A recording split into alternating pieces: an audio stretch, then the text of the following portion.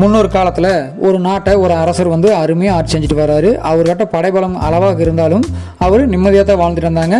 அப்படி இருக்கிற சமயத்தில் எதிர்நாட்டு படை வந்து அவங்க நாட்டுக்காட்ட முன்னாடி வந்து நின்று போருக்காக கூப்பிட்றாங்க. அப்போ வந்து அரசருக்கு ரொம்ப வருத்தமாக போச்சு. என்னடா இது நம்ம நல்லா தானே இருந்தால் இப்படி போருக்கு கூப்பிட்றாங்களே, சரி நம்மகிட்ட வீரர்கள் வந்து குறைவாக இருந்தாலும் ரொம்ப நல்லவங்க, நாட்டு அரசருக்கு மேலே அவ்வளோ அன்பும் பற்றும் உள்ளவங்க, அவங்கள வச்சு சமாளிச்சிடலாம். இருந்தாலும் அவங்களுக்கு தன்னம்பிக்கை குறைவாக இருக்கும் இல்லையா?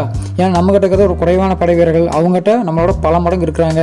அப்போ இவங்களுக்கு தன்னம்பிக்கை தரணும் அப்படின்னு சொல்லி போட்டு நினைக்கிறாரு. அதே சமயம் தன்னுடைய படை வீரர்கள் பூரா கூட்டு வச்சு சொல்கிறாரு, இந்த மாதிரி படை நம்ம நீ இருக்காங்க வரணும், நம்ம எதிர்நாட்டுக்காரன் வந்து இங்கே நம்ம நாட்டுக்கு முன்னாடி நின்றுக்கிறேன், போய் போர் செய்யலாம் வாங்க அப்படிங்காட்டி எல்லாரும் ரொம்ப சோர்வாக்குறாங்க.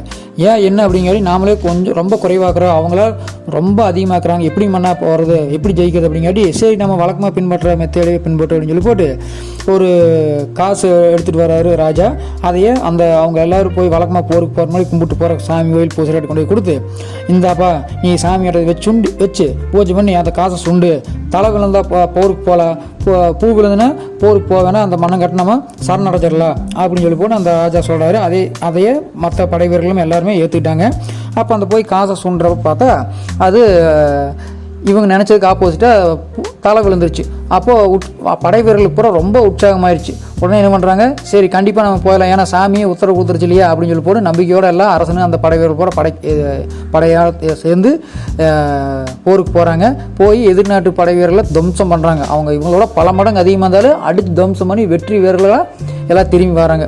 திரும்பி வந்ததுக்கப்புறம் அதே கோயில் வந்து சாமி போட்டு அவங்க வேலை பார்க்க போயிட்டாங்களா. ஆனால் அந்த ராஜாவுக்கும் அந்த பூசாரிக்கும் அப்போ பேசிக்கிறாங்க. என்னென்னா, பூசாரி சொன்ன மாதிரியே காசை 2 பக்கமே தலை மாதிரி வச்சு போட்ட ரொம்ப சந்தோஷம் அப்படின்னு சொல்லி அந்த பூசாரிட்ட சொன்னாரா.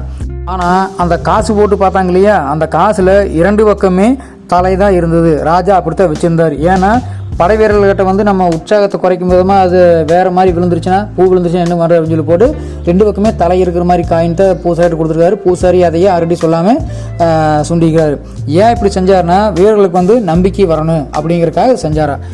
இப்போது இந்த கதை மூலியமாக தெரிஞ்சுக்க வேண்டிய விஷயம் என்னென்னா, நாம் ஒரு விஷயத்தில் வெற்றி அடைகிறதுக்கு மிக மிக முக்கியமாக தேவைப்படுவது நம்முடைய நம்பிக்கை தான். அந்த நம்பிக்கையை ஒன்று நம்மளை வெற்றியை நோக்கி அழைத்து செல்லும் அப்படிங்கிறத இந்த கதை மூலியமாக நல்லா தெரிஞ்சுக்கணும். கதை கேட்ட உள்ளங்களுக்கு மிக்க நன்றி.